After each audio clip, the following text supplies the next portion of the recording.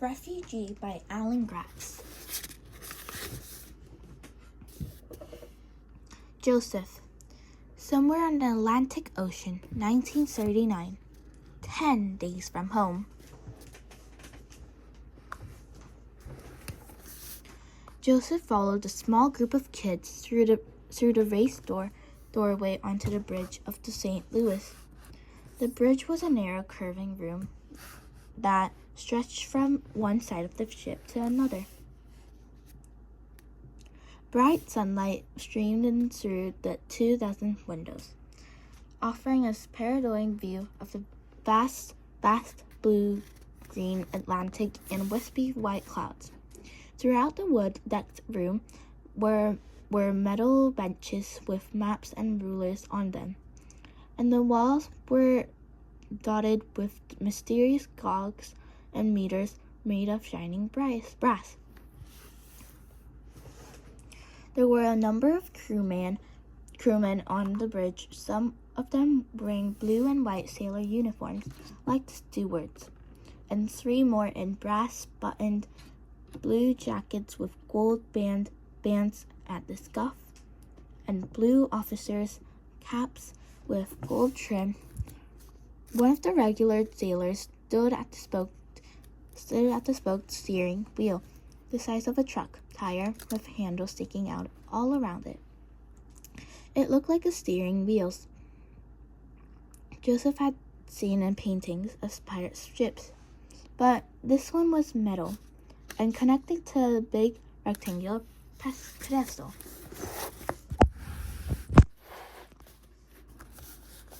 The shortest of the 3 men in fancy uniforms strode over to the group with a big smile on his face.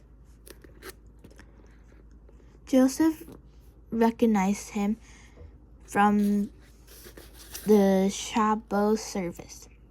"Welcome to the bridge, boys and girls," he said.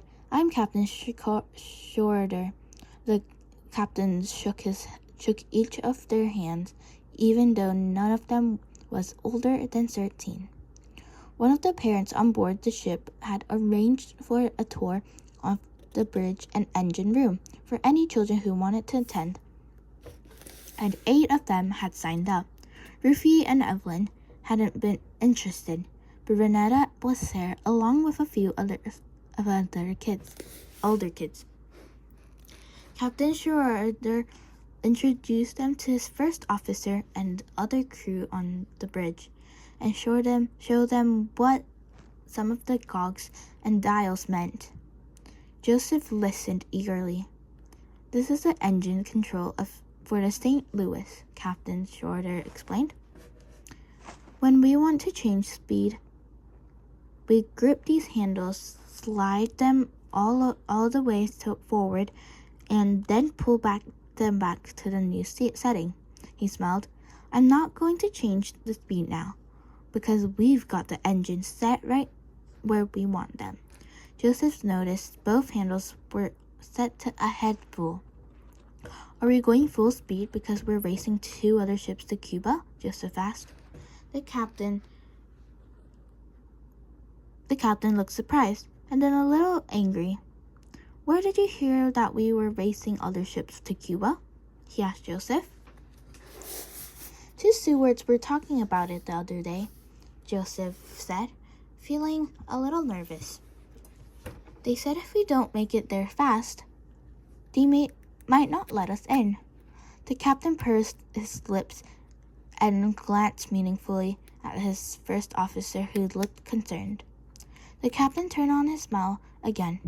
"We're not in a kind of a race," he said, looking from Joseph to the other kids. "We're just making best possible speed because we have calm seas and a falling wind. You've nothing to worry about. Now, perhaps Petty Officer Jockle will show you the engine room." As high up as the bridge was on the ship, the engine room was just as far down. After stepping through a steel fire door that had "crew only" painted on it in big letters, Joseph and the tour group went downstairs after staircase. and they still weren't to the engine room yet.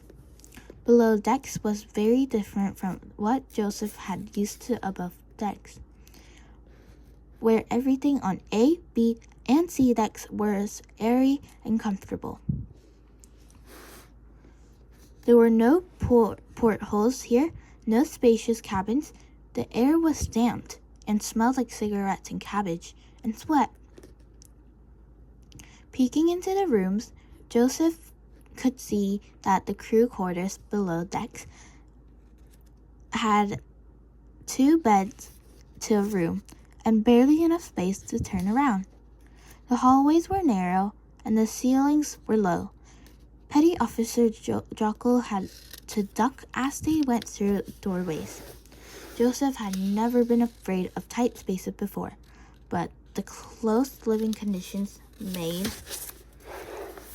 him uneasy. He felt like he was visiting an alien world.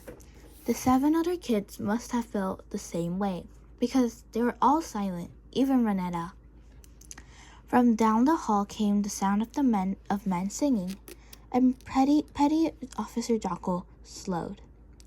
As they got closer, Joseph recognized the tune it was, the Horse Whistle Song, the anthem of the Nazi Party. Joseph's skin crawled, and he and the other kids looked at each other nervously. Joseph had heard the Horse Whistle Song hundreds of times in the weeks following his father's abduction. It had gone overnight from the obscure song the Nazis sang and rallies to the unofficial national anthem of Germany, and it was frightening. The last time Joseph had heard the song was the day everyone in his neighborhood had lined the street to salute as Nazi soldiers marched by. Petty Officer Jockle had tried to slip the children past the little common room where the crewmen were drinking and singing, but suddenly someone in the room called out, "Stop! Passengers aren't allowed down here." Jockle froze, and so did Joseph. One of the men got up from the table, a scowl on his face.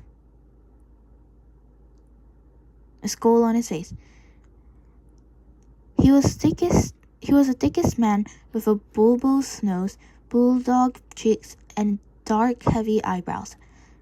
Joseph knew that face from somewhere.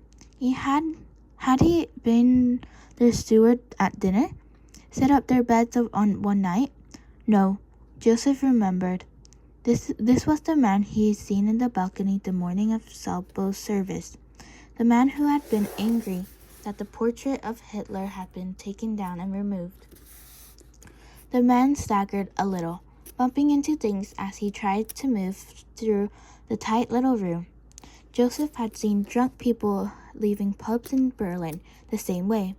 Captain has given these children special permissions to visit the engine rooms, Schöndig, Petty Officer Jockle told him.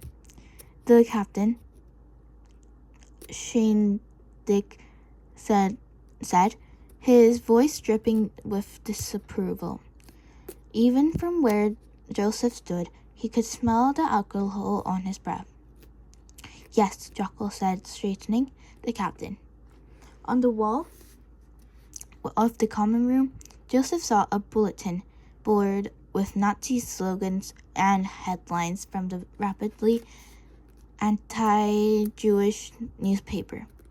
Der Stummer pinned to it. He felt a shiver of fear. Jewish rats, Schöndig said, sneering at Joseph and the other kids. Many of them looked at their shoes, and even Joseph looked away, trying not to draw the big man's attention.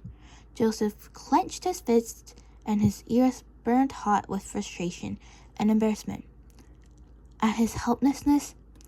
After a few tense moments, Schöndig staggered back to his seat. The threat of the captain's ranked so worth something even so far away from the bridge. Petty Officer Jockle hurried the children along, and Shindig and his friends broke into another Nazi song. Even louder than before, Joseph heard them sing. When Jewish blood flows from the knife, things will go much better.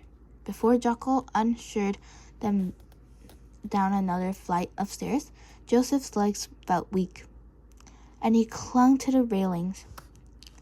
He thought they had escaped all this time on the St. Louis, but the hatred had followed them even here, to the middle of the ocean.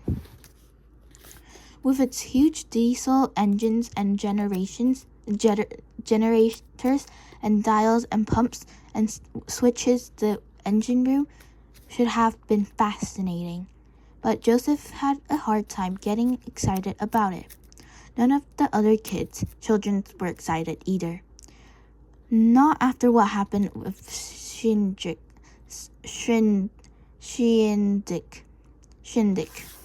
The tour ended solemnly, and Petty Officer Jockle returned them back to the surface, being careful to take them back by a different route. It was a different world below decks, Joseph thought. A world outside the magic little bubble he had the other Jewish lived in the above decks on the MS St. Louis. Here, below decks, was the real world.